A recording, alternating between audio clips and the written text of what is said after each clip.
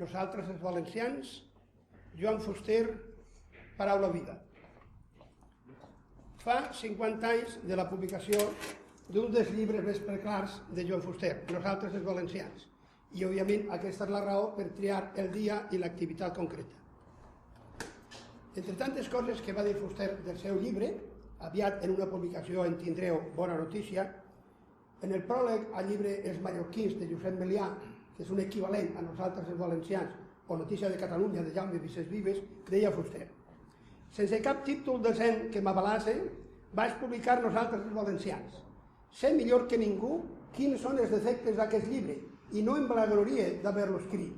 Ara bé, en tota la bona fe del món, vaig fer el que creia que havia de fer, és a dir, l'examen de consciència, i mirar els fets cara a cara, des de l'angle valencià, naturalment.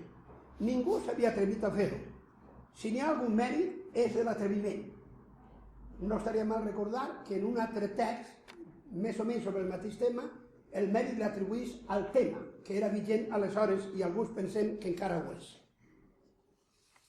En una paraula, aquest examen o demanda que es planteja Fuster troba que és molt senzilla i molt clara. Acceptem la submissió dins de la nova planta o decidim recuperar la nostra nissaga originària, la de Jaume I? Ell, Fuster, ja ens va deixar ben clara la situació, o el dilema, si volem. Quan dic no, a què dic sí? A 20 anys de la seva mort, que també ocorrirà enguany el 17 de juny, podríem fer-nos encara una pregunta dolorosa. Què és del patrimoni de Fuster? Ni la seva casa encara està oberta al públic, diria més i en veu baixa, ni els investigadors més que de tant en tant. Fins a quan?